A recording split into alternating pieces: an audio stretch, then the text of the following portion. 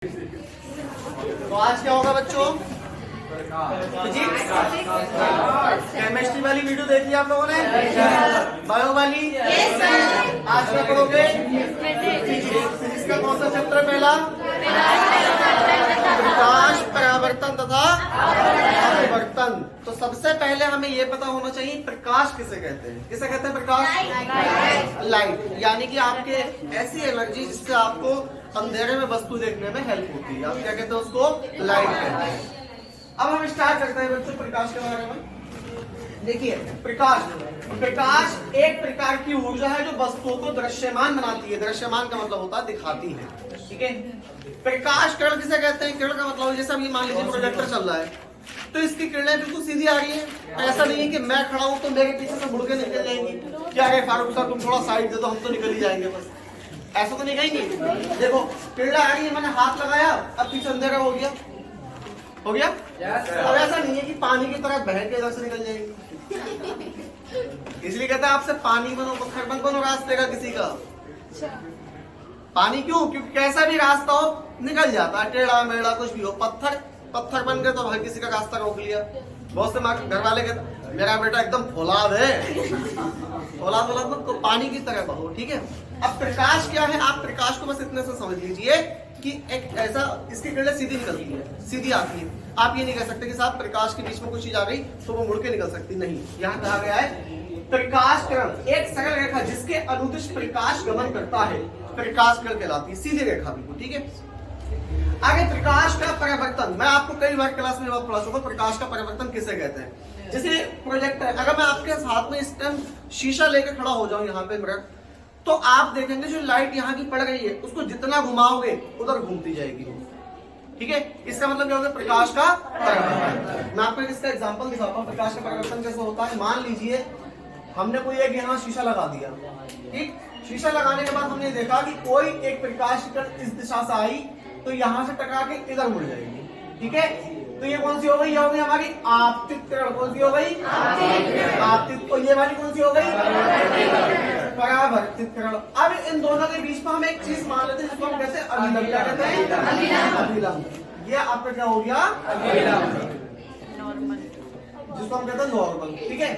ये आपका हो गया प्रकाश का परावर्तन। डेफिनेशन कैसे लिखनी है? आप कहोगे सर जब एक चमकदार, सॉरी मैं आपसे, आप कहेंगे सर एक पॉलिश किया हुआ शीशा यहाँ लगा दिया आपने, ठीक है, या कुछ इतना तल लगा दिया। अब इस पर आपने पॉलिश कर दी, इस पर लो। अरे बच्चे बड़े सेंसिटिव है, तो पॉलिश करवा के ही मानेंगे। हो गई? इसको लिख दो परावर्तक पृष्ठ। क्या है ये? परावर्तक पृष्ठ, क्योंकि इस पर से प्रकाश का पृष्ठ। आपतित का मतलब अभी यहाँ से जा रही है, बहुत तेजी से गई, यहाँ जाके टकरा गई। किससे? शीशे ने लात मारी, यहाँ आके रुकी। और यही होता है जब कोई बहुत तेजी में जाता है तो सामने जाके टकरा ही जाता है। तो क्या हुआ? प्रकाश की आने वाली किरण को कहेंगे आपतित किरण। जैसे शीशा में गई वहां से रिफ्लेक्शन हो गया, परावर्तित हो गई, इधर आ गई चाहिए। अब इन दोनों के बीच में जो है वो क्या है? अभिलंब। अभिलंब ये बताता है कि आपतित किरण जिस एंगल से गई थी परावर्तित किरण भी उसी एंगल से वापस आई है। इस बात को याद रखना। अगर ये 60 डिग्री का कोण होगा तो यहाँ भी कितना होगा?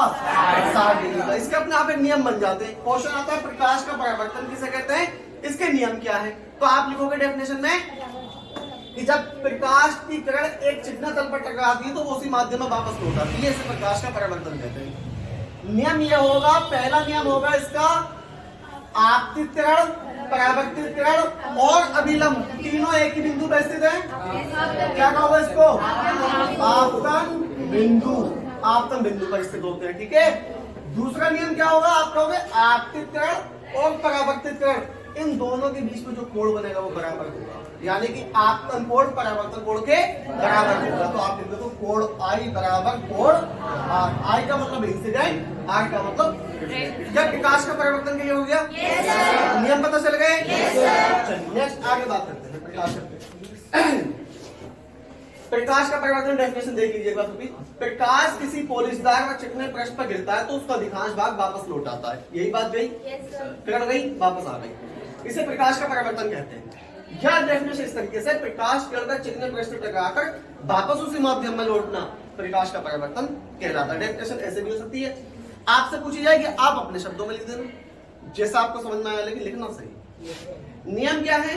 आपतित किरण यानी कि ये वाली, परावर्तित किरण यानी कि आपकी ये वाली, तथा आपतन बिंदु पर अभिलंब। अब ये अभिलंब काय पे? आपतन बिंदु पर। तो तीनों चीजें काय पे हो गई? आपतन बिंदु पर एक ही तल में हो गई। तो इसे हम कह रहे हैं कि आपतित किरण, परावर्तित किरण तथा अभिलंब तीनों एक ही तल पे होते, उस तल का नाम क्या है? आपतन बिंदु।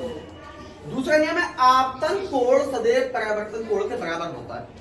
प्रकाश के परावर्तन को सही से समझने के लिए आप आपके चिमटा होता है, चिमटा जो हम इस्तेमाल करते हैं, फीमेल किचन में इस्तेमाल करती है, उसको आप देखोगे उसका सेट ये होता है, उसको जितना दबाओगे वो दोनों साइडों से उतना ही दबेगा, और जितना फैलाओगे दोनों साइडों से उतना फैल जाएगा। इसका मतलब ये है कि चिमटा जो होता है वो कहीं ना कहीं हमारा किसी नियम पर आधारित आपतन कोण सदैव परावर्तन कोण के बराबर होता है। उस चिमटे का आकार आपका ये होगा, इधर से जितना इसको खींचोगे इतना ये खींच जाएगा, और बीच में अभिलंब, तो दोनों के बीच में कोण बराबर।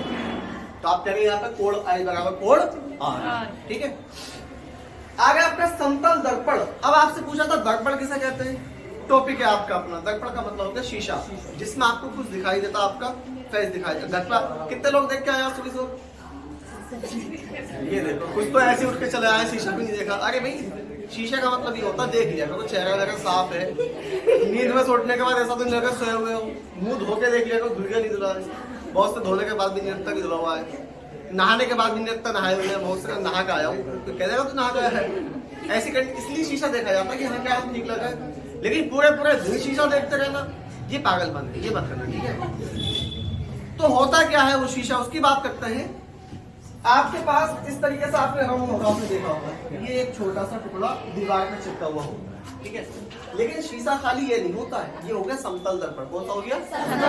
अब दर्पण किसे कहते हैं? क्वेश्चन आता है दर्पण किसे कहते हो? आप कहेंगे कोई एक ऐसा तल, परावर्तन पृष्ठ, ठीक है, जिसके हमें आर पार दिखाई देता हो, लेकिन पीछे हमने क्या करती है? रेड ऑक्साइड की पॉलिश कर दी।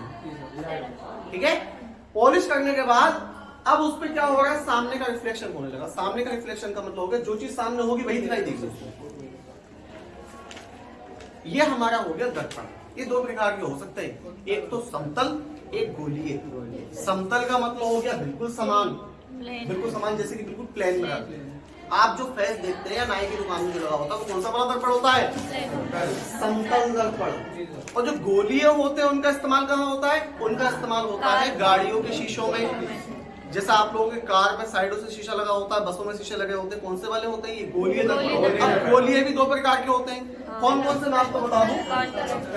गोली को आप देखोगे तो एक का आकार कुछ ये होगा, जिसमें पीछे की ओर पॉलिश की हुई होगी धसे हुए तल पे, और परावर्तक पृष्ठ कौन सा होगा? उभरा हुआ तल। पॉलिश कहाँ है? दबे हुए तल पे।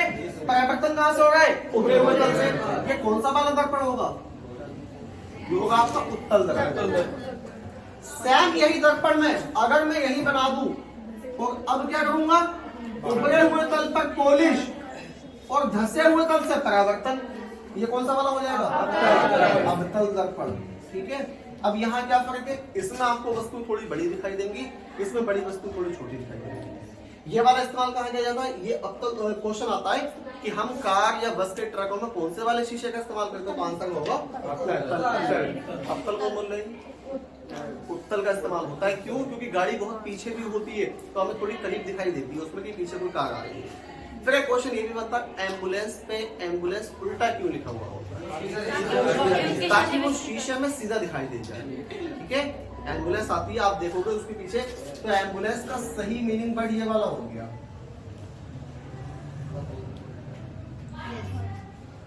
लेकिन ये उल्टा लिखा हुआ होगा, आपको शीशे में सीधा दिखाई देगा। ठीक है, इस बात को याद रखना, एम्बुलेंस लिखा हुआ तो सीधे में सीधा दिखाई देगा। इसके बाद है हमारा, क्या आपको दर्पण सुनना आ गया? तो बोलिए, तीनों सुनना आ गया। इसके आगे हमारा देखिए, मैं इसको यहीं से एक्सप्लेन करता हूँ। समतल दर्पण आपने देखी, कांच की समतल प्लेट के एक पृष्ठ पर कलई करके उसके दूसरे पृष्ठ को परावर्तक बना देने से प्राप्त दर्पण समतल दर्पण कहलाता है। अवतल दर्पण से कहते हैं वे गोलीय दर्पण जिनके उभरे हुए तल पर कलई होती। कलई का मतलब होता है पॉलिश। ठीक है, आपने कहा यहाँ पर उत्तर देखिए, ये कहा कि उभरा हुआ, ये वो कौन सा वाला कलई है? उभरा हुआ। ये कौन सा है? दबा हुआ है, धसा हुआ। तो आपने कहा वे गोलीय दर्पण जिनके उभरे हुए तल पर कली होती है तथा परावर्तन अंदर की ओर दबी सतह से होता है। कौन सा हो रहा है ये? अवतल दर्पण। अब आप देखिए, पहचान हो गई आपको। इन्होंने कहा कि वे गोलीय दर्पण जिनके उभरे हुए तल पर कलई होती है। कलई कहां पे करी हुई है? यहाँ पे उभरे हुए तल पर। और परावर्तन कहां से हो रहा है? परावर्तन अंदर की ओर दबी सतह से। अब ये अंदर की ओर दबी सतह, यहां से क्या हो रहा है? इसका परावर्तन। तो इसको हम क्या कहेंगे? कौन सा वाला दर्पण हो गया? ये हमारी पहचान हो गई। अब देखिए उत्तर, वे गोलीय दर्पण जिनमें दबे तल पर कलई होती है। यहाँ कौन से वाले कलई, कौन से वाले पृष्ठ पे? दबे हुए पे। और परावर्तन कहां से हो रहा है? वे गोलीय दर्पण जिनके दबे तल पर कलई बाहर ऊपरी सतह से होता है। क्या होगा? परावर्तन कहां से हो रहा है? बाहर ऊपरी सतह से होता है। कौन सा दर्पण कराएगा? क्या बात समझ में आ रही है? ठीक। इसके बाद मुख्य फोकस किसे कहते हैं? अब ये वाले पॉइंट समझिए आप। जब आपके ये मुख्य फोकस या वक्ता त्रिज्या व मुख्य फोकस दूरी में क्या अंतर, ये क्वेश्चन आता है, इसमें तो पूछ लिया जाता है। मैं इसके बारे में बताता हूँ, इसको रख सकता हूँ। यहाँ तक क्लियर हो गया? जिन बच्चों को नोट्स में कोई मिस्टेक हो वो ठीक कर लेना, ठीक है? वैसे होगी नहीं नोट्स। आगे जी, आपका मुख्य फोकस किसे कहते हैं? जब किसी दर्पण पर मुख्य अक्ष के समांतर प्रकाश किरणें आती हैं तब परावर्तन के पश्चात जिस बिंदु से होकर गुजरती हैं उस बिंदु को प्रतिरोधी उस दर्पण का मुख्य फोकस कहते हैं। मैं इसका डायग्राम बना के समझाता हूं आपको। देखिए, मान लीजिए क्या यहाँ पर हमारे को एक दर्पण लगा हुआ है। यह मैं आपको अवतल दर्पण बनाता हूँ, ठीक है? अब अवतल दर्पण को पॉलिश किधर होगी? धसे हुए पृष्ठ पे या उभरे हुए तल पे? धसे हुए तल पे। धसे हुए तल पे। कौन सा वाला दर्पण है ये? अवतल दर्पण। ठीक है, मैंने आपसे कहा हम एक मुख्य अक्ष मान लेते हैं। क्या हो गया ये? और जहां पे जाता है वहां दर्पण का ध्रुव P होगा। यहां देखिए आप लोग, इन्होंने कहा कि मुख्य फोकस किसे कहते हैं? तो आप कहते हैं डेफिनेशन क्या है? डेफिनेशन को समझिए। ये जो मुख्य अक्ष है, इसके समांतर जाने वाली प्रकाश की किरण, और इसके समांतर एक ऊपर से जा रही है, एक नीचे से जा रही है। जाने के बाद प्रकाश के परावर्तन के पश्चात जिस बिंदु पर मिलती हुई किरण, ये परावर्तन के पश्चात ऊपर चली जाएगी, ऐसे आई और परावर्तित होकर ऐसे चली गई। ये सीधी आई, परावर्तन के पश्चात इधर चली गई, ऐसे आई थी और ऐसे चली गई। कहां मिली? इस बिंदु पर। इसको आप क्या कहेंगे? फोकस। क्या फोकस क्लियर हो गया? अब आगे वक्रता केंद्र किसे कहते हैं? जिस गोले में से दर्पण को काटा जाता है उस गोले के केंद्र को दर्पण का वक्रता केंद्र कहते हैं। अब आपको केंद्र समझने के लिए क्या करना पड़ेगा? मैंने आपके लिए जो गोला बनाया है ये वाला बच्चों, ये इतना, मैं आपसे कहूँ इतना नहीं था, ये इतना था। मैंने इसको बीच में से काट दिया और हर गोले का एक केंद्र होता जो कि ये होता है। समझ गए? इस केंद्र को हम क्या कहते हैं? वक्रता केंद्र कहते हैं। अब हमने क्या करा, इसको काट दिया। काटने के बाद हमारे पास इतना हिस्सा बचा। जब इतना बचा तो इसका भी अपने आप में कोई ना कोई केंद्र निकल के आएगा, वो केंद्र ही होता है। इसको हम क्या करें? वक्रता केंद्र। जिस गोले में से दर्पण को काटा जाता है उस गोले के केंद्र को दर्पण का वक्रता केंद्र कहते हैं। जैसे सी से प्रदर्शित करते हैं। कहां से प्रदर्शित करते हैं? हमसे। और जहां प्रकाश की किरणें मुख्य अक्ष के समांतर आती हैं, आने के बाद परावर्तन के पश्चात जिस बिंदु पर मिलती है उसे हम फोकस कहते हैं। अगला पॉइंट, मुख्य अक्ष दर्पण के वक्रता केंद्र। कहां से बात चल रही है? वक्रता केंद्र तथा ध्रुव को मिलाने वाले रेखा। हमने आपको बता दें यहाँ P होगा। P का मतलब क्या होगा? यहाँ पर ध्रुव होगा। आपने कहा था C, यानी कि C से लेकर P तक मिलाने वाली रेखा, इस रेखा की बात क्या कहलाएगा ये? और डेफिनेशन में पीछे जो बनी थी वो यही बनी थी कि मुख्य अक्ष के समांतर। समांतर का मतलब होता है जैसे एक आपको ये वाली लाइन दिखाई दे रही है, मैं आपसे इसके समांतर एक लाइन खींचो तो आप बिल्कुल एक यहाँ खींचेंगे, एक यहाँ खींचेंगे। ये दोनों लाइनें किसके समांतर हो गई? इस वाली रेखा के समांतर। और इसको हम मुख्य अक्ष मान लेते हैं। क्या मान लेते हैं? मुख्य। ऊपर वाली समांतर हो गई। और आगे यहाँ पे तल होगा तो परावर्तन के पश्चात यहाँ मिल रही है, ये यहाँ मिल रही है। इसको हमने क्या मान लेंगे फिर? क्या बात क्लियर? नेक्स्ट मैं आपको इसको पूरा करता हूँ। आगे द्वारक किसे कहते हैं? दर्पण के परावर्तक तल के व्यास को दर्पण का द्वारक कहते हैं। परावर्तक तल कौन सा हो गया? ये आपका पूरा जो तल है, ये पूरा आपका परावर्तक तल है, और इसके व्यास को हम क्या कहते हैं? इसके व्यास को हम द्वारक कहते हैं। ध्रुव किसे कहते हैं? दर्पण के परावर्तक तल के मध्य बिंदु को। ये पूरा दर्पण है, मान लीजिए यहां से लेकर के यहां तक इसकी दूरी 20 सेंटीमीटर कितनी है? 20। तो आधी कितनी हो गई? 10 वाला हमारा पी ध्रुव होगा। तो इन्होंने कहा ध्रुव दर्पण के परावर्तक तल के मध्य बिंदु को, तो मध्य बिंदु क्या आ गया? ये पी, इसको हम क्या कहेंगे? ध्रुव कहेंगे। आगे कहा गया है, ये आप लोग रिकॉर्ड हो गया। अब सब लोगों के डाउट क्लियर हो जाने चाहिए। इसमें सबसे ज्यादा कंफ्यूजन होती है आपको दर्पण भी पता होता है, उत्तर भी पता होता है, अवतल भी पता होता है, लेकिन यहाँ की कंफ्यूजन हो जाती है। तमाम स्कूलों में बच्चे बताते हैं कि सर ये पॉइंट क्लियर नहीं हो पा रहा है, आप कर लेना, ठीक है? अभी ये रिकॉर्ड रहेगा यूट्यूब पे, जब चाहो तुम देख लेना। आगे फोकस दूरी किसे कहते हैं? दर्पण के ध्रुव से मुख्य फोकस तक की दूरी। अब आपकी बात आगे ध्रुव कहां था? ये पी वाला आपका क्या है? ध्रुव। दर्पण के ध्रुव से मुख्य फोकस तक की दूरी। मुख्य फोकस क्या हो गया? मैंने कहा था कि जब इस, ये कौन सी लाइन है आपकी? ये है मुख्य अक्ष, और ये मुख्य अक्ष कौन सी है? समांतर। ये कौन सी है? समांतर। नीचे वाली भी कैसी है? समांतर। समांतर वाली किरणों का जब क्या होता? परावर्तन होता, तो किस वाले बिंदु पर मिलती है? तो फोकस से लेकर के ध्रुव तक के बीच में कोई एक दूरी है या नहीं है? इस वाली दूरी को क्या कहेंगे? Point clear? नेक्स्ट आपका फोकस तल किसे कहते हैं? मुख्य अक्ष के लंबवत वह तल जो मुख्य फोकस से होकर जाता है, फोकस तल कहलाता है। अब इस बात को समझिए, इन्होंने कहा कि मुख्य अक्ष के लंबवत, ये आपका जो मुख्य अक्ष है इसके लंबवत की बात आती है, तो लंबवत में हम कहीं ना कहीं यहां लगाते हैं, ठीक है? फोकस दूरी कहलाती, सॉरी नीचे, वह तल जो मुख्य फोकस से होकर जाता है, जा कहां से आए? फोकस से।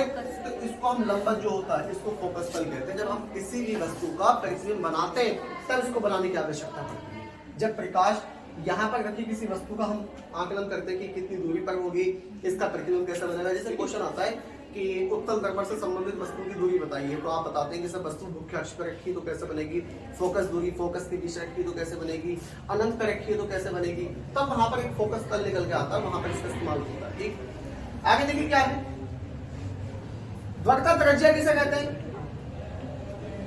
जिस गोले में से दर्पण को काटा जाता है उस गोले की त्रिज्या को दर्पण की वक्रता त्रिज्या कहते हैं। इसे आर से प्रदर्शित करते हैं। त्रिज्या का मतलब होता है रेडियस। मैथ वाले हो तो अच्छे नहीं हो जाएगा, ठीक है?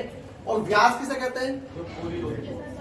जैसे मान लीजिए मैं गोला बना दूं, ये गोला है, इसका ये सेंटर पॉइंट होगा, इस पूरे को तो मैं क्या कहूंगा? व्यास। लेकिन यहां से यहां तक की दूरी को क्या कहूंगा? त्रिज्या। तो आपके यहां से लेके यहां तक की दूरी क्या कहलाएगी? त्रिज्या कहलाएगी। अब डेफिनेशन देखो, जिस गोले में से दर्पण को काटा जाता है उस गोले की त्रिज्या को दर्पण की वक्रता त्रिज्या कहते हैं। इस गोले की जो त्रिज्या बची थी, कितनी तो बची? आधा गोला मान लीजिए, आप आभास कीजिए, आप सोच के देखिए कि आधा गोला कहीं ना कहीं यहाँ होगा। अगर मैं इस गोले को पूरा करूं तो आधा गोला कहाँ पे होगा? यहाँ पे होगा। आगे आपका फोकस दूरी, तो ये क्वेश्चन इंपोर्टेंट है बच्चों, ये एग्जाम में कई बार पूछा गया। फोकस दूरी तथा वक्रता त्रिज्या में संबंध। अब आपको फोकस दूरी पता चल जानी चाहिए और वक्रता त्रिज्या। मैं आपको बता दूं एक बार, ये जो दिखाई दे रहा है, अब देखिए, ये सी से लेकर के पी तक की दूरी क्या कहलाएगी आपकी? वक्रता त्रिज्या। और दर्पण का ये जो पॉइंट है इसको आप क्या कह रहे हैं? इसको आप कह रहे हैं फोकस। क्या कह रहे हैं इसको? फोकस। तो फोकस के लेके दर्पण से ध्रुव तक की दूरी क्या कहलाई है? इस वाली दूरी को हम कह रहे हैं फोकस दूरी। ये देखो, क्या इतनी जगह यहाँ पे, क्या इतनी जगह यहाँ पे भी है? अगर ये एक होगा तो ये भी कितना होगा? एक। तो 1 और प्लस 1 कितना हो गया? 2। और मैं कहूँ ये पूरा कितना है? 2। पूरा कितना हो गया? 2। तो यहाँ से लेकर यहाँ तक की दूरी कहलाएगी त्रिज्या, और ये क्या कहला रही है? फोकस दूरी। अब डेफिनेशन देखो, आप कहोगे फोकस दूरी वक्रता त्रिज्या की कितनी होती है? आधी। और वक्रता त्रिज्या फोकस दूरी की कितनी होती है? आधी। क्यों होती है? जब ये 2 है तो ये कितनी है? 1। तो 2 से 1 कितनी हो गई? आधी। और ये 1 है और इसके अलावा एक और है 1, तो ये वक्रता त्रिज्या कितनी हो गई? हो गई। क्या पॉइंट समझ में आया? और डेफिनेशन आपकी जब आएगी तो आप पूछोगे फोकस दूरी वक्रता त्रिज्या की कितनी होती है? आधी होती है। तो आधी वाले को शो करने के लिए लिखो F बराबर R/2, यानी कि जितनी फोकस दूरी वक्रता त्रिज्या कितनी होगी? आधी। एक आप इसको ऐसे भी लिख सकते हैं डेफिनेशन में कि वक्रता त्रिज्या फोकस दूरी की दुगनी होती है। अब इसको उल्टा कर दो, यानी कि मैं कहूँ आपसे R बराबर 2F, फार्मूले में आप ये लगा दोगे R/2 या R बराबर 2F, क्योंकि अगर आप इसका क्रॉस मल्टीप्लाई करोगे यानी कि F बराबर R/2 का क्रॉस मल्टीप्लाई करोगे तो ये हो जाएगा आपका 2F बराबर R या R बराबर 2F, बाद में निकल जाएगी। ठीक है, नेक्स्ट देखते हैं इसके बाद क्या है। इसको रफ कर दूं? इसको एक बार यहाँ देखो, बिल्कुल साफ समझ में आ रही है? ठीक है, इसमें आप एक एक चीज क्लियर कर लेना। जब तक छोटी छोटी चीजें क्लियर नहीं होती है तब तक आप किसी भी क्वेश्चन को बना नहीं सकते यहाँ से। और क्वेश्चन बनाने के लिए, सवाल निकालने के लिए क्लियर होना जरूरी है। और एक ये भी क्वेश्चन आ जाता है इसमें से कि जब फोकस दूरी निकालनी है तो इसका सूत्र बनता है 1/f बराबर 1/b प्लस 1/u। ये निकालने के लिए आपको बहुत लंबी प्रोसेस करना पड़ेगी और ये लॉन्ग क्वेश्चन आता है आपका लगभग पहले 7 नंबर में आता था, 6 नंबर में आया तो, लेकिन उसके अथवा में जो क्वेश्चन होगा वो देख लेना, ज्यादा अच्छा होगा, उससे बेटर होगा, क्योंकि बहुत से बच्चे इसको पूरा कर नहीं पाते। लेकिन मैंने आप लोगों क्लास में कराया है, ध्यान रखना। ठीक है, और मैं आप कराऊंगा तो बहुत टाइम लगेगा और किसी को नहीं समझना तो बाद में। आगे क्वेश्चन है गोली दर्पण के लिए फोकस दूरी का सूत्र, तो 1/f बराबर 1/b प्लस 1/u। ये सूत्र याद रखना है। इस सूत्र एग्जाम में आपसे एक नंबर में भी पूछा जा रहा है गोली दर्पण क्या सूत्र है, और इस सूत्र से आपके सवाल भी आएंगे। सवाल कौन से आएंगे? आपको दिया हुआ किसी एक वस्तु की फोकस दूरी इतनी है और प्रतिबिंब की दूरी इतनी, तो वस्तु की दूरी कितनी होगी? ये वस्तु की दूरी इतनी है, प्रतिबिंब कितनी, तो फोकस दूरी क्या होगी? ऐसा सवाल होगा, बाकी आपको बताता हूँ आगे। प्रकाश का अपवर्तन, अभी आपको पढ़ाया था मैंने परावर्तन, अब क्या आ गया? प्रकाश का अपवर्तन। मैंने इसकी एक वीडियो अपने YouTube चैनल पे पहले भी डाल रखी थी, जब मैंने बीएड वालों को इसका बताया था। हमारी जो टीचिंग क्या कहते हैं टीचिंग प्रैक्टिस चल रही थी, उसमें बताया था मैंने लोगों को कि प्रकाश का बर्तन किसे कहते हैं। गिलास में पानी भर के आप उसमें जब कोई पेन डालोगे तो देखोगे पानी के ऊपर वाला पेन और पानी के अंदर वाला पेन दोनों हिस्सा अलग अलग दिखाई देंगे। तो इसकी डेफिनेशन ये होगी, जब कोई एक वस्तु या कोई एक प्रकाश किरण एक माध्यम से दूसरे माध्यम में, पहला माध्यम क्या था? वायु, और दूसरा माध्यम क्या हो गया था? जल, प्रवेश करती है तो वो अपने मार्ग से कुछ विचलित हो जाती है। इसके विचलन को ही प्रकाश का अपवर्तन कहते हैं, और डेफिनेशन यही होगी। जब कोई प्रकाश की किरण एक पारदर्शी माध्यम से दूसरे पारदर्शी माध्यम में जाती है तो अपने मार्ग से विचलित हो जाती है। इस घटना को प्रकाश का अपवर्तन कहते हैं। समझ में आ रहा है? अपवर्तन के नियम क्या है? जैसे आपके प्रकाश के परावर्तन के नियम थे, सेम वैसे ही आपके प्रकाश के अपवर्तन के नियम है। कैसे नियम है देख लीजिए। अब आप कहेंगे प्रकाश का अपवर्तन है क्या? मैं यहाँ एक्सप्लेन करता हूँ। मान लीजिए आपकी सीधी एक माध्यम मान लिया हमने, ठीक है। अब हमने देखा कि ये बीच में अभिलंब हम पहले ही बना लेते हैं। क्या है ये? अभिलंब। अब हम कहेंगे कि कोई एक माध्यम ए, ये वाला माध्यम कैसा हमारा? माध्यम ए, ये माध्यम कैसा हमारा? माध्यम वी, ठीक है। ये वायु है और नीचे कांच है। क्या है? एक प्रकाश की किरण आई और इस अभिलंब के बाद अपने मार्ग से कुछ विचलित हो गई, ठीक है। एक माध्यम से दूसरे माध्यम जाने पर विचलित हो जाती है। इसे हम क्या कहते हैं? प्रकाश का अपवर्तन, प्रकाश का अपवर्तन कहते हैं। अब यहाँ नियम क्यों बता रहा हूँ आपको? नियम ये हो गई, ये कौन सी वाली किरण हो गई? आपतित किरण। ये वाली कौन सी हो गई? परावर्तित नहीं होगी। परावर्तित वहां होती है प्रकाश का परावर्तन होता है, वो अपवर्तित वहां होती है यहाँ प्रकाश का अपवर्तन होता है। कौन सी वाली किरण है? अपवर्तित किरण, ठीक है। और ये आपकी यहाँ से बिल्कुल सीधी आनी चाहिए थी, जबकि ये आनी चाहिए थी, लेकिन क्या हो गया? अभिलंब से दूर हट गई, ठीक है। इसको हम प्रकाश का अपवर्तन कहते हैं। अब नियम क्या हो गया? नियम पहला हो गया आपतित किरण, अपवर्तित किरण और अभिलंब तीनों यहाँ पर स्थित है। ये कौन सा बिंदु है? आपतन बिंदु। पहला नियम तो बेटा यही बन गया, आपतित किरण, अपवर्तित किरण और अभिलंब तीनों एक ही तल पर स्थित होते हैं, इसको हम आपतन बिंदु कहते हैं। अब दूसरा नियम यह बन गया कि यहाँ पर जो कोण बनेगा और यहाँ पर जो कोण बनेगा वो एक दूसरे के कोष्टेंट होंगे। अब आप कहोगे स्नेल का नियम, स्नेल का नियम कई बार एग्जाम में पूछा गया है, तो मैं आपको बता दूं प्रकाश के अपवर्तन के दो नियम होते हैं, परावर्तन के भी दो नियम होते हैं। परावर्तन का जो दूसरा नियम है वो ये है कोण I बराबर कोण R, लेकिन यहाँ पर कोण I अपॉन कोण R बराबर कांस्टेंट होगा, ठीक है। तो ये आप याद रखना। और इस वाले नियम की, इसके दूसरे नियम को स्नेल का नियम भी कहते हैं। अगर क्वेश्चन आए स्नेल का नियम किसे कहते हैं तो आप कहेंगे कि प्रकाश के अपवर्तन के द्वितीय नियम जिसमें कि sine I upon sine R बराबर कांस्टेंट बताया गया है उसे प्रकाश का अपवर्तन का द्वितीय नियम कहते हैं, वह स्नेल का नियम है। ये मैंने आपको नोट्स में भी लिखवाया होगा। क्या प्रकाश का अपवर्तन समझ आ गया? चलिए आगे क्रांति कोण एवं अपवर्तन कोण के संबंध में। तो क्रांति कोण बराबर होता है आपके 1 अपॉन साइन C। ये आपका जो क्वेश्चन है इससे रिलेटेड क्वेश्चन आएगा, ये बताऊंगा मैं आपको। कैसे समझ आ गया आपको? या हटा दूं यहाँ से? फिजिक्स समझ में आ रही है बच्चों? कितने बच्चे ऐसे पहली बार फिजिक्स पढ़ रहे हैं? नहीं मालूम?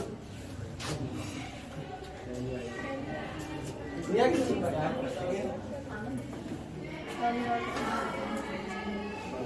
आपका चैप्टर कंप्लीट हो गया यहीं तक था? Yes sir. अब लेंस आएगा अगला चैप्टर को, ठीक है। क्या हुआ?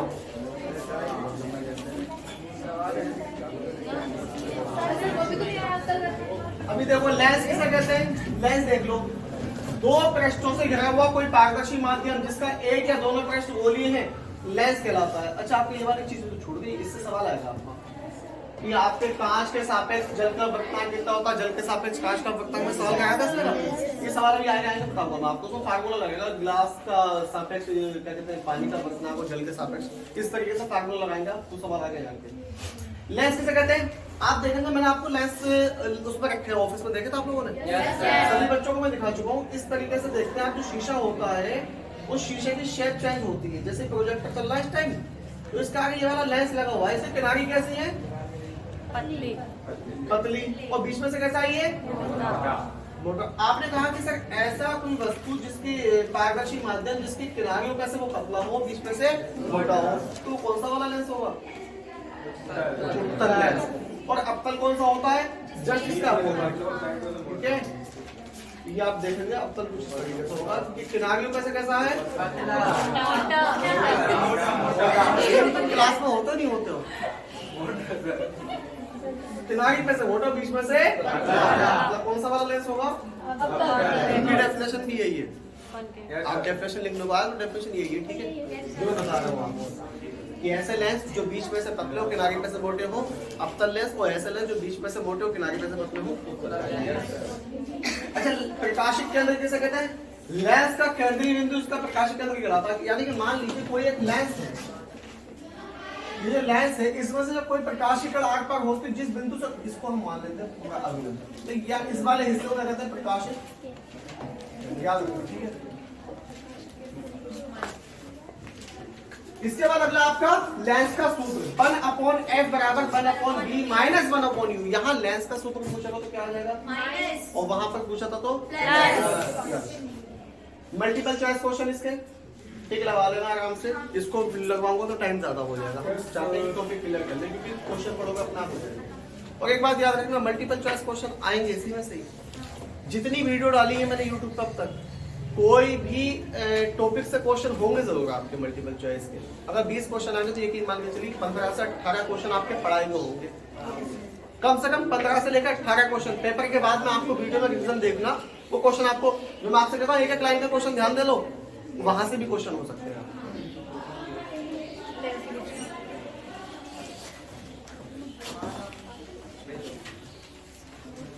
क्वेश्चन हम वाहनों में उत्तल दर्पण को पश्च दृश्य दर्पण के रूप में क्यों वैल्यू देते हैं? तो इसका आंसर क्या होगा? उत्तल दर्पण का इस्तेमाल वाहनों में क्यों किया जाता है? बताया था पीछे के वाहनों को देखने के लिए। क्वेश्चन अवतल दर्पण के ध्रुव एवं फोकस के मध्य की वस्तु के प्रतिबिंब बनाने का आगे खींचिए। मैंने आपको क्वेश्चन कराया था, 6 पॉइंट लिखवाए थे। इसकी एक सीरीज बनवाई थी कि वस्तु अनंत तक की हो तब क्या बनेगा। है सबके पास? चलिए मैं इसको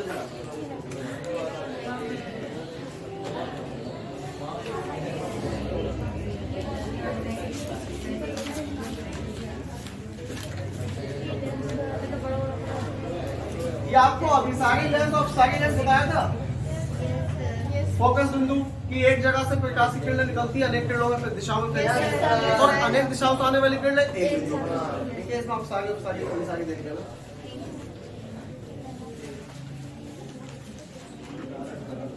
अब इसमें क्या क्या इंपोर्टेंट है मैं आपको बता दूं। एक तो सवाल आएगा इसमें से बच्चों, देखो सवाल क्या आएगा, ये सवाल आते हैं पेपर में। सवाल क्या होगा, एक उत्तल दर्पण की फोकस दूरी कितनी रखी है 15। एक वस्तु इसकी मुख्य अक्ष पर ध्रुव से 30 सेंटीमीटर की दूरी पर, वस्तु की दूरी कितनी रखी है, वस्तु के प्रतिबिंब की स्थिति ज्ञात कीजिए। आपको f बराबर कितना दे दिया 15 और आपको वस्तु की दूरी कितनी दे दी u बराबर, क्योंकि दर्पण कौन सा आपका उत्तल है ना, तो -30 की दी होगी, +30 होगी उत्तल में तो, ठीक है। और v बराबर क्वेश्चन मार्क। अब देखो आंसर देखो, फोकस दूरी 15 दी है, वस्तु की दूरी -30 दी है। अच्छा फार्मूला चेंज करोगे तो माइनस हो जाएगा, हाँ ठीक है आपका। तो दर्पण के सूत्र में क्या लगाओगे 1/f बराबर 1/v प्लस 1/u। तो 1/f की जगह f की वैल्यू लगा दोगे आप कितनी देर की सवाल में 15। 1/v आपका ऐसे रहेगा, 1/u की जगह कितना लगाओगे 30। क्यों, क्योंकि आपको पहले दे रखा कि ध्रुव से 30 सेंटीमीटर की दूरी पर कोई वस्तु रखी है, तो वस्तु की दूरी कितनी है 30। अब फार्मूले में लगाने के बाद v को ले लोगे साइड से, इनका एलसीएम ले लोगे, लेने के बाद हमारा आंसर क्या आएगा 30/3 और 30 को 3 से डिवाइड करो कितना आएगा, ठीक है।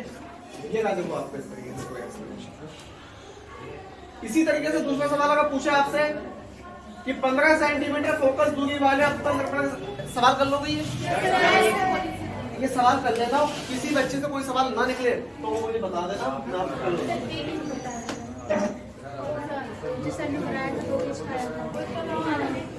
सवाल थोड़ी बेटा, वो तो सूत्र बनाने का तरीका।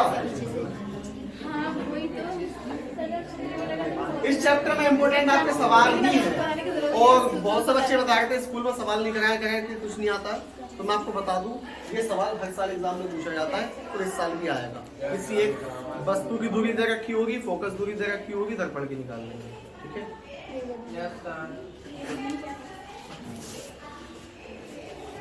अब क्या है इसमें इम्पोर्टेंट, ये देख लीजिए, प्रकाश के परावर्तन के नियम लिखिए लॉन्ग क्वेश्चन में। अगर प्रकाश का परावर्तन आएगा कर लोगे, अभी समझाया है डायग्राम बना के आपको कि प्रकाश का परावर्तन किसे कहते हैं, पहले ही एक्सप्लेन करते हैं चैप्टर खोलने से पहले, ठीक है।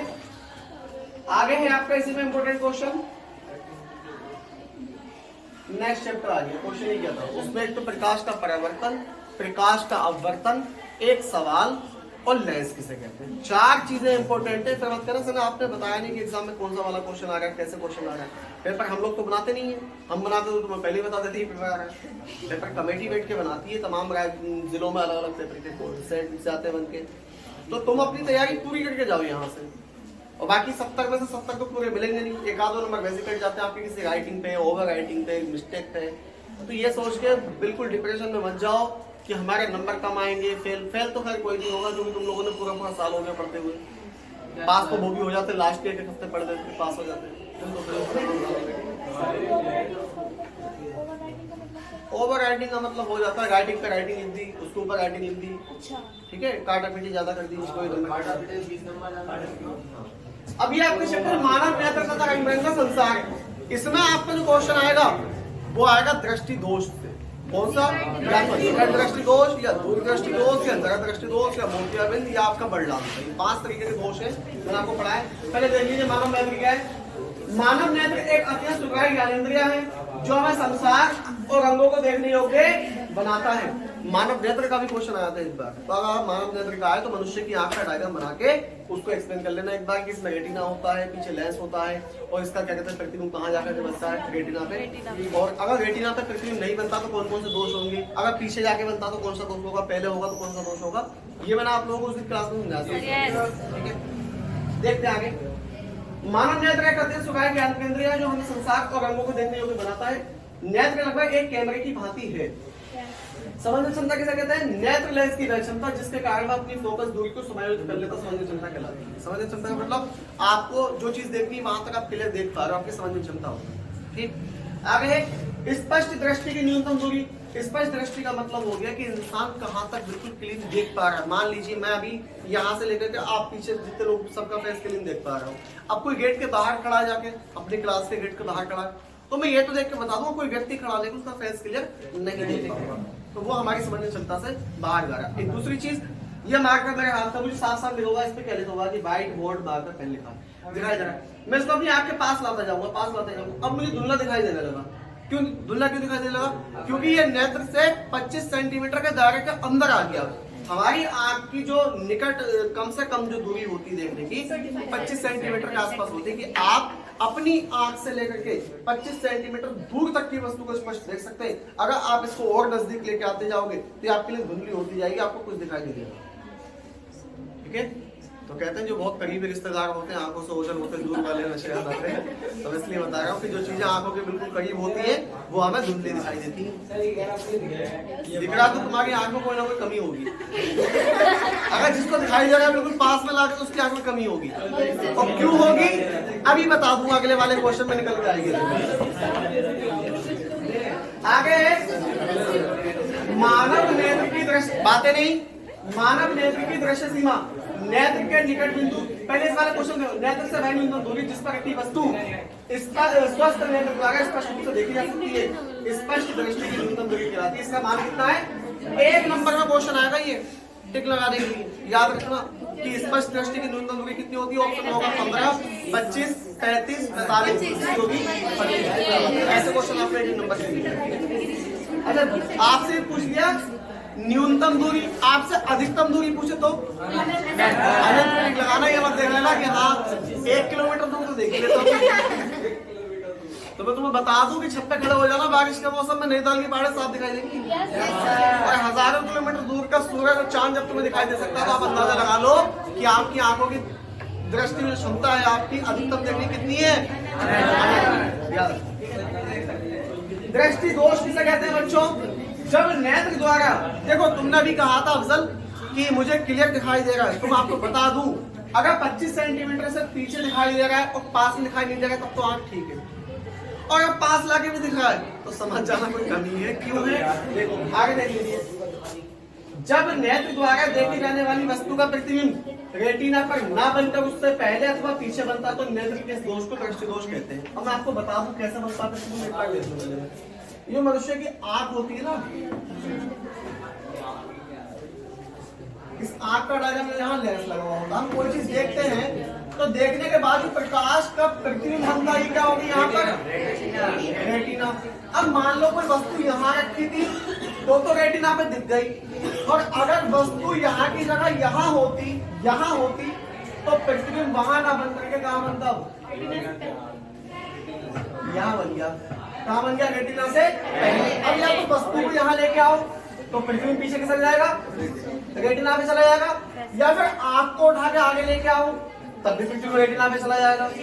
यानी कि आपको दिखाई देगा, आप थोड़ा आगे देखोगे या फिर यहाँ लाके देखोगे, दोनों कंडीशन है तब जाके प्रतिबिंब रेटिना पे बनेगा। और रेटिना पर जब बनेगा तभी चीज स्पष्ट दिखाई देगी। अगर रेटिना से पहले बन गया तो भी दिखाई नहीं देगी, और रेटिना के पार जाके बनेगा तब भी दिखाई देगी। एक कंडीशन ये हो गई, और एक कंडीशन आपकी ये होती है कि मनुष्य की आंख में इस तरीके से लेंस होता है। मान लीजिए प्रतिबिंब रेटिना के पीछे जाके बन गया है, अब ये कहां बन गया जाके? रेटिना के पीछे। अब भी वस्तु, अब इसके लिए क्या करना पड़ेगा? तो आंख को पीछे करना पड़ेगा या फिर यहाँ के रखी वस्तु को पीछे करना पड़ेगा। ठीक है, तो प्रतिबिंब अपना पे चला जाएगा। एक होगा निकट दृष्टि दोष, एक दूर दृष्टि दोष। अब मैं आपको इसके बारे में बताता हूँ कौन से में कौन सा वाला लेंस लगेगा। अफजल देख लेना बेटा, कहीं प्रतिबिंब पीछे जाकर तो नहीं बन रहा। हाँ निकलवा के दिखा लेना, पापा को दिखा दो जाके। ठीक है, वो धुलवा के ना दोबारा लगवा लेना, एक तेजाब की बोतल ले लेना और ये दोनों बटन लगवा लेना दोबारा। अच्छा, क्योंकि तुम्हें क्लास में भी दिखता नहीं कि पढ़ाई हो रही है।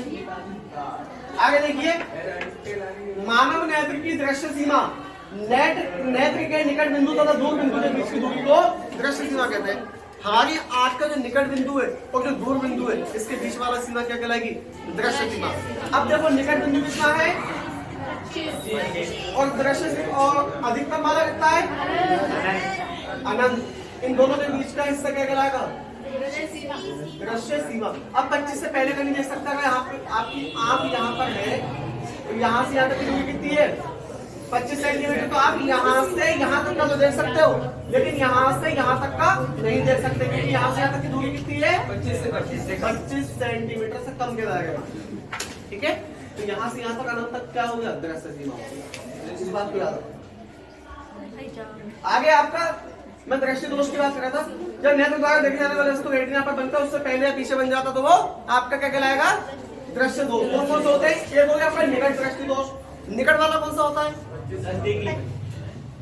यही फंस जाओगे क्वेश्चन में। इस क्वेश्चन में सबसे ज्यादा यही फंसते हैं बच्चे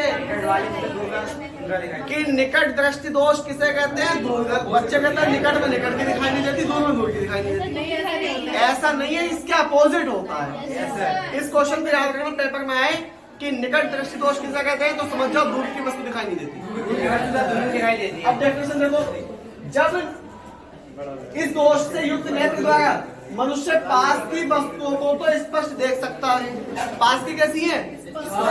स्पष्ट। परंतु दूर की वस्तु को स्पष्ट कौन सा दोष है? तो याद रखना, निकट में दूर की वस्तु और पास की वस्तु। अब दूर में इसके उल्टा हो जाएगा, दूर होगा तो क्या होगा? निकट की नहीं दिखाई देगी, और दूर में पास की, निकट और पास एक ही होगा। अब देखो डेफिनेशन, इस दोष से युक्त नेत्र द्वारा मनुष्य पास की वस्तुओं को तो स्पष्ट देख सकता है, लेकिन दूर की नहीं देख सकता। तो इसके लिए कौन सा वाला लेंस लगेगा?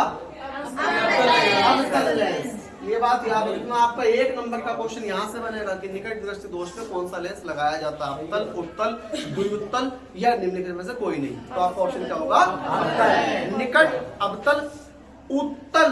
उ आ रहा है आपका, याद रखना। दूर में भी उ आ रहा है आपका मात्रा। ये इस चीज को दिमाग में उठा लो। शॉर्ट ट्रिक जो होती है ना, यही से क्वेश्चन बनता है। आपका वो दूर दृष्टि दोष, तो दूर के लिए उत्तल लेंस, उत्तल लेंस इस तरीके से। निकट, अवतल। अब समझ गए? अगला है आपका दूर दृष्टि दोष।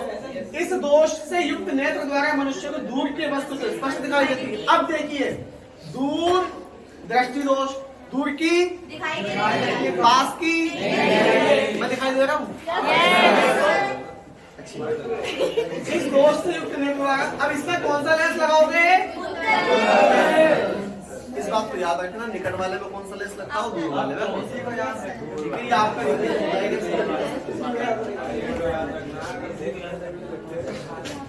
अब देखिए क्या क्या बचा इसमें। जरा दृष्टि दोष किसे कहते हैं? इस दोष से युक्त नेत्र द्वारा मनुष्य ना तो निकट की वस्तु देखे ना दूर। ये किसमें होता है? बुजुर्ग लोगों में हो जाता है।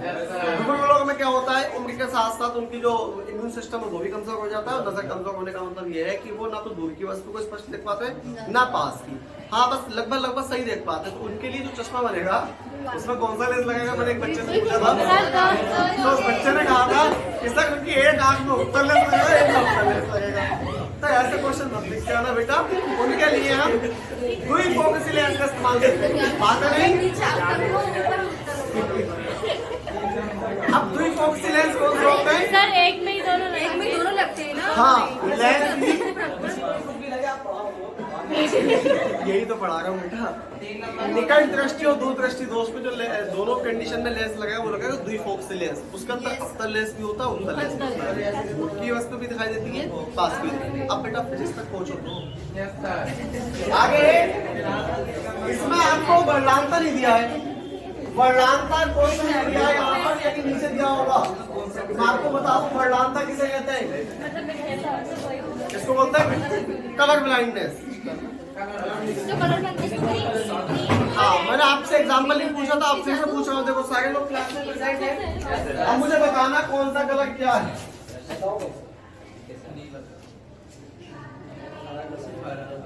क्या लिखा है ये?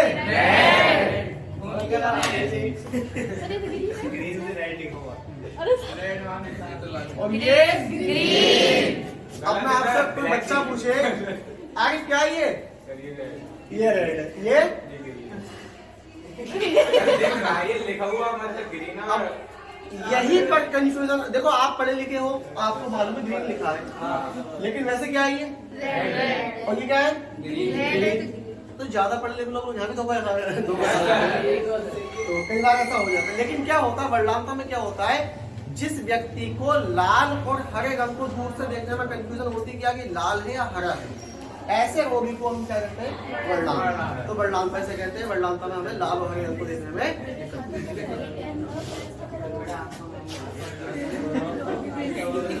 आगे स्पेक्ट्रम, जब सूर्य का जो देखो स्पेक्ट्रम किसे कहते हैं, मैंने फेसबुक पर भी एक वीडियो डाली थी, वो बाइक की लाइट्स में मैंने आपको दीवार में बताया था। तो मैंने बताया था आपको कि जब कोई एक कांच का टुकड़ा रखा हो और उसमें से कोई एक सिलेंडर प्रकाश की तरफ गुजारा जाए तो वो गुजरने के बाद कई रंगों में विभाजित हो जाती है। 1 2 3 4 5 6 7। तो इसका जो पहला वाला रंग होगा, अब आपके पास एक फार्मूला बताता है विब्ग्योर। क्या बताता? इसको उल्टा लगाना नीचे से, VIBGYOR, यानी कि red, orange, yellow, green, blue, Indigo और आपने कहा कि सर एक प्रकाश की किरण एक प्रिज्म यानी कि कांच के टुकड़े से गुजरी और गुजरने के बाद 7 रंगों में विभाजित हो गई, इसी को ही हम स्पेक्ट्रम कहते हैं। ठीक है, इस वर्णक्रम को विब्ग्योर से दर्शाते हैं, ये भी लिखा हुआ है। क्या ये वाला क्वेश्चन कर लोगे आएगा? आगे विक्षेपण, प्रकाश के अवयवी कणों में विभाजन को विक्षेपण कहते हैं। अब अच्छा इससे एक क्वेश्चन, एक नंबर का क्वेश्चन आएंगे, यहाँ से बता दो क्या आएंगे। पहला पूछा जाएगा सबसे अधिक विचलन किस वाली किरण का होगा, किस रंग का होगा? किसका होगा? वायलेट वाली का होगा। और सबसे कम रेड वाली का। यही से एक नंबर का क्वेश्चन बन गया। क्यों? अभी कोहरे में जो गाड़ियों के पीछे अभी आप देखोगे तो रेड लाइट बहुत दूर से भी दिखाई दे जाती है। क्यों दिखाई दे जाती है? कि लाल रंग का प्रकाश का जो विचलन होता है वो सबसे कम होता है, इसीलिए इसको दूर से भी हम देख सकते हैं। लेकिन इसके अलावा जो और कलर है इनका बहुत अधिक होता है। वायलेट कलर तो ऐसा कलर है कि अगर आप 3 LED बल्ब पास जला के लाल, हरा और वायलेट कलर जला के छोड़ देंगे और आप दूर जाते जाएंगे तो आपको थोड़ी देर बाद वायलेट तो बिल्कुल ही दिखना बंद हो जाएगा, लाल और हरा दिखेगा। थोड़ी और दूर जाएंगे तो हरा दिखना बंद हो जाएगा, सिर्फ लाल कलर दिखेगा। अगर हल्का सा धुआं या कोहरा होगा वहां पे तो आप इस प्रैक्टिकल को करके देखना, 3 कलर की लाइट रखना पास और दूर जाते जाना, आपको सबसे दूर से सिर्फ लाल कलर दिखाई देगा। इसीलिए क्वेश्चन बनता है कि गाड़ियों में संकेतों का कलर लाल क्यों होता है, या गाड़ियों में हम पीछे रेड लाइट का इस्तेमाल क्यों करते हैं, और खतरे का निशान लाल कलर का ही क्यों होता है? वो इसीलिए होता है कि दूर से दिखाई दे जाए। क्या ये बात समझ आ गई? और आपसे क्वेश्चन भी पूछा गया था इसी से रिलेटेड, वो भी बता दूं मैं क्या है आगे वाला।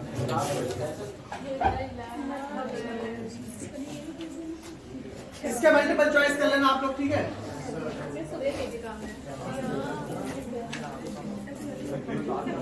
अब इसमें जो क्वेश्चन होंगे आपके बच्चों वही होंगे नेत्र की दूरी से रिलेटेड। देखिए क्वेश्चन ये आपका, आंख का दृष्टि दोष किसे कहते हैं? अभी पढ़ाया आपको आंख का दृष्टि दोष। दूर दृष्टि दोष क्या है पता है ना? निकट दृष्टि दोष क्या है? इससे भी एक सवाल आएगा कि एक व्यक्ति इतने सेंटीमीटर चश्मा पहना हुआ है, इतने सेंटीमीटर दूरी पे रखी पुस्तक को पढ़ रहा है, तो वो कैसे पढ़ पाएगा? तो उसके लिए कौन सा वाला लेंस इस्तेमाल किया जाएगा, उसकी दूरी क्या होगी? तो यहाँ भी फार्मूला आपका लेंस वाला लगेगा, वहां दर्पण वाला लगा था, यहाँ लेंस वाला लगेगा। 1/f बराबर 1/b माइनस 1/, वहां प्लस लगता है या माइनस लगता है। तारे क्यों टिमटिमाते हैं? ये क्वेश्चन मैंने पूछा था, अभी मैं आपसे पूछा कि तारे क्यों टिमटिमाते हैं, ये क्वेश्चन आया था। तारों के प्रकाश के वायुमंडलीय अपवर्तन के कारण ही तारे टिमटिमाते हुए प्रतीत होते हैं। पृथ्वी के वायुमंडल में प्रवेश करने के पश्चात पृथ्वी के पृष्ठ पर पहुंचकर तारों का प्रकाश निरंतर अपवर्तित होता रहता है। इसका रीजन क्या है? मैंने आपको बताया था कि पृथ्वी से लेकर के तारों तक के बीच में तमाम ऐसी परतें होती है जो ठंडी और गर्म लेयर की होती है। अब आप कभी आग के पास खड़े हो और जहां आग जलती हो तो आग के पीछे जिसको देखोगे वो आपको हल्का सा लहराता हुआ दिखाई देगा, नागिन डांस करता हुआ दिखाई देगा। तो वो क्या है, वो नागिन डांस जो होता है वो आग की गर्म लेयर के कारण पीछे वाला नागिन डांस करता हुआ दिखाई देता है। हाँ, जो भी होगा वो नागिन डांस में होगा, इसलिए याद रखना।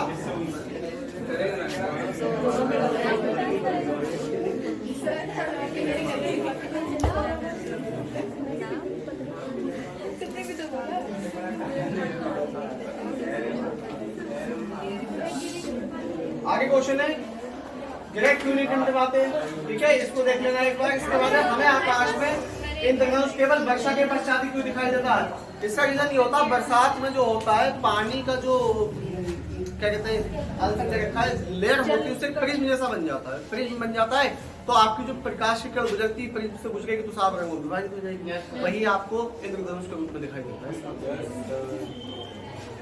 ये बोले मनुष्य की आंख के लिए निकट बिंदु तथा दूर बिंदु से क्या तात्पर्य है? निकट बिंदु का मतलब हो गया कि मनुष्य कम से कम 25 सेंटीमीटर देख सकता है, और दूर बिंदु का हो गया कि सर अनंत देख सकता है। आसमान देख रहा है, चांद तारे देख रहा है, वो तो वो भी देख लेता जो होता ही नहीं है।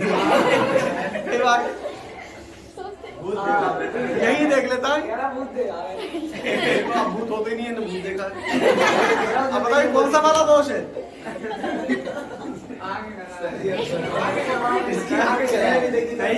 जगह दृष्टि दोष से क्या तात्पर्य? जगह का मतलब वही हो गया जहाँ आपके फोकस दुई फोकस लेंस लगाते हो आप, जिसमें नजर कमजोर हो जाती है, बुजुर्ग लोगों को होता है।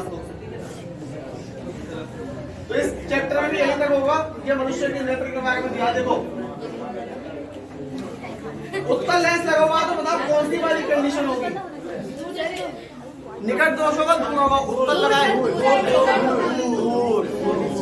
देखो, दूर दृष्टि दोष में पीड़ित व्यक्ति का निकट बिंदु सामान्य स्थिति की तुलना में दूर खसक जाता है, यानी कि जो रेटिना होता है ना, यहाँ पर जो प्रतिबिंब बनने का होता है वो यहाँ ना बन के यहाँ बनता होता है। इसकी दो कंडीशन होती है, या तो नेत्र गोलक का व्यास छोटा हो जाता है एक कंडीशन में, एक में बड़ा हो जाता है। जब व्यास बड़ा हो जाएगा तो प्रतिबिंब अपने आप पहले आ जाएगा, और व्यास छोटा हो जाएगा तो प्रतिबिंब अपने आप पीछे चला जाएगा।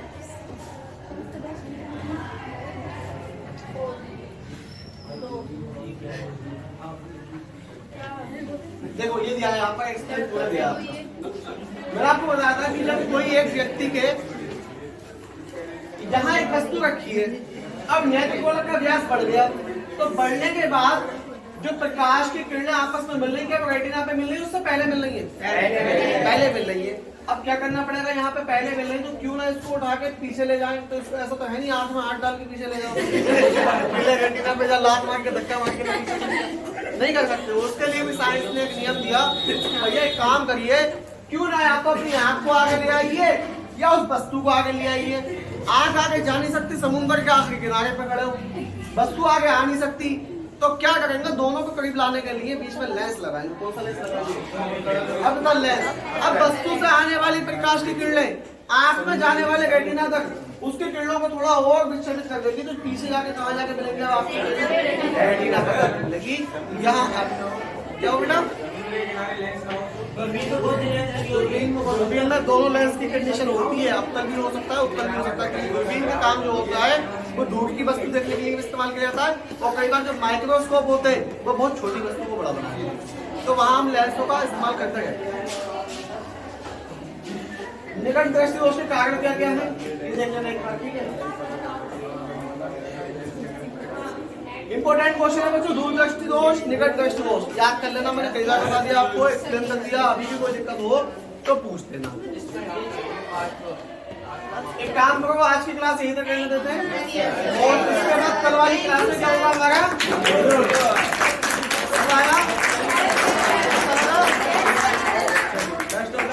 अगली क्लास में हम पढ़ेंगे बुद्ध के बारे में। कितने बच्चे ऐसे जिनको पहली बार समझ में आया, और तुम पहली बार ही क्लास में आओ यार, पहले साथ में पहले भी समझ में आया। अच्छा, फरवरी के बारे में पूछ रहे थे बच्चे, बता दूं आपको, असल में फरवरी के दिन कम क्यों रखे गए हैं? इसमें इतने डे आते हैं। सुन लो, बातें नहीं, तुम लोग बातें बहुत करते हो, मैं क्या बताऊंगा? सकता कुछ बताऊंगा? फरवरी में बहुत से डे आते हैं। एक आएगा 16 तारीख को, ठीक है? कौन सा डे है? मंडे है क्या? कौन सा है? हिंदी वाला हिंदी का पेपर है। हाँ, पहला पेपर है। तो याद रखना, फरवरी का जो पहला डे है वो 16 तारीख को है। तो मतलब एक स्टूडेंट हो, कहीं तुम्हारा 6 तारीख से दिन माना शुरू हो जाते हैं। चॉकलेट डे, ये डे, वो डे, ये तुम्हारे लिए नहीं है, ये उनके लिए है। वो जो रात सोना मोना जादू उनके लिए है। तुम्हारा भूत से उतर जाना चाहिए। तुम्हारे लिए एक डे स्लेव डे, नहीं पढ़ोगे तो अब्बा के हाथ से भी पढ़ेंगे, मेरे हाथ से भी पढ़ेंगे, और पढ़ जाओगे तो किसी का हाथ से नहीं पढ़ेंगे। इतनी बात याद रखना, सारे डे किसी काम के नहीं है, खाली exam day exam day exam day. तो ये 6 डे है आपके लिए, तो ये 6 डे आपकी पूरी जिंदगी बदलने वाले हैं। इन 6 डे पे ध्यान दे लेना, एग्जाम की स्कीम बनाकर तैयार कर लेना। और ये का आप याद बंद कर दो इसको, और इसकी जो रिवीजन है कर लेना। बाकी पीछे की दोनों वीडियो देख लेना, और जिन बच्चों के भी एग्जाम है वो